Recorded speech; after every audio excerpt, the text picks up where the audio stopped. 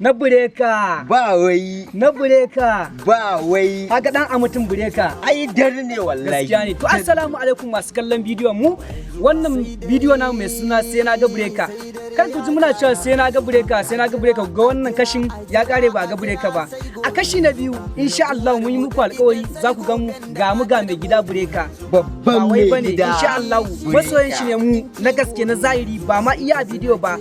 Mu masoyan bureka ne. Muna yin bureka sosai saboda mawaki ne namu na Hausa kuma dan zamani mai tashe babban celebrity yaro mu masoyan bureka ne insha Allah ni ne naku dan basin zamani TV kuma masu son finan mu masu kyau comedy da sauransu za ku iya bin mu a YouTube channel namu mai suna dan basin zamani TV in kun shiga sai ku danna mana subscribe sannan ku danna mana alaman kararrawa saboda sanar da ku sababbin bidiyoyin mu da zaran mun daura muna godiya masoya.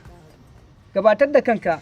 Sunana kun gane ko ni ne new boy sabon yaro dan tashe dan wajen bureka. Wannan haka yake. Buri na kawai in ga bureka to nesa ta zo kusa ina so ku ringa mana follow din mu a cikin YouTube din mu mai suna dan basi zamani. Ba wai bane dar ne. Yawwa wanda da kararan mun dora shi za ku ganshi kilin ya shigo cikin wayan. Da kudin tsiya in ya ga bai shigo wayanka ba to ba data ne. Da Allah a dinga follow ana bibiya ana sharing din bidiyon mu. Kuma gayu ina ba ku shawara kai da ka rasa kudin kashewa da ka rasa data gara ka rasa kudin kashewa saboda data yana da abu ana sada zumunta ana nishadi kai ni fa in dai ni ne ba na dafa da rasa data gara rasa kudin kashewa. Ai da rasa data na gummace in kwana haka ban ci akan data na taba kwana biyu ban ci ba ban sha ba saboda kawai mun dinga gaisa da masoyan bureka ana gano uwo sakon gaisuwa. Ni fa naji kana wakan bureka kawai burge ni kake zan dauki kuɗi in ba ka bari kawai sai mata fashe muna nan za mu haɗu da mai gida bureka insha Allah mun gode masoya